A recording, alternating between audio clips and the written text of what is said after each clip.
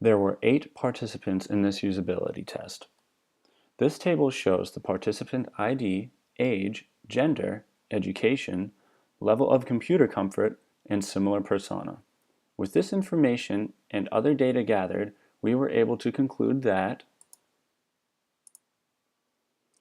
2 out of 8 participants had previous HCI experience, 3 out of 8 participants had participated in prior usability tests, 7 out of 8 participants were female, 6 out of 8 participants were between 20 and 30 years of age, 2 out of 8 participants were between 55 and 56 years of age.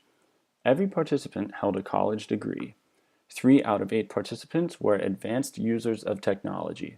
3 out of 8 participants were moderate users of technology. 2 out of 8 participants were novice users of technology. 3 moderate level users and 1 advanced level user were similar to our Mary Sprints persona. 1 advanced level user was similar to our Ricky Ricardo persona. 2 novice level users were similar to our Gerald Brown persona. Task design for the low fidelity prototype. In this usability test, 2 out of our 8 participants were involved.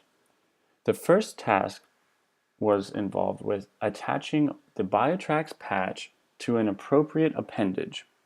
The user was given the patch and asked to apply it to an appropriate place, with the researcher giving positive and negative feedback based upon patch placement. The metric used here was utility. How effective is the patch construction, and does the positive and negative user feedback help the user appropriately place the patch on his or her body? The second task in this usability test was to insert the tracking device into the wristband. The BioTrax patch was given to the user, and then they were asked to insert it successfully into the wristband. The metric used here was efficiency. How long did the user take to correctly attach the patch to the wristband and then attach the wristband to themselves? Task design for the mid-fidelity prototype. 6 out of 8 participants underwent this mid-fidelity prototype test. The 2 tasks involved were to share the current progress via social media and check real-time progress.